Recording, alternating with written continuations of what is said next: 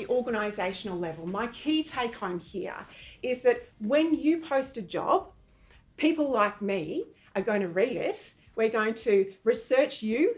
We're going to research your organisation, and we're going to definitely research your diversity and inclusion strategy. And when we read that job ad, we're going to be looking for artefacts in that ad that might show us that you definitely are walking the talk.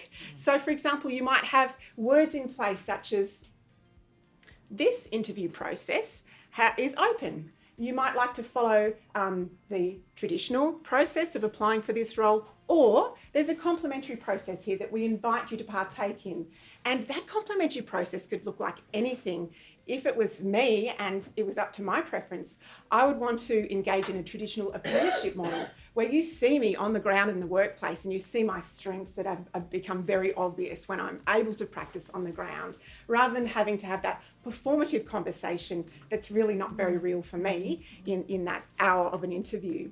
Certainly at the team level, I want to be able to, I'm a systems thinker.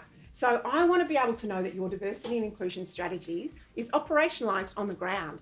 I want to see evidence of workplace accommodations. And then when I have that individual contact with you and that connection during my onboarding period, I want to know that it's safe to have that conversation with you about workplace accommodations, because this is a necessity. It's not a preference or a bit of a want or a desire. We have an atypical neurobiology, at the centre of which is a highly sensitive nervous system.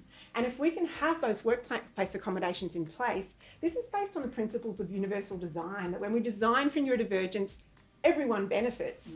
And not only that, but if you are willing to invest in our strengths, in our special interests, these can really become super strengths in your organisation, and the return on investment that you will get is high levels of performance, excellence in our outputs, creativity, innovation and loyalty.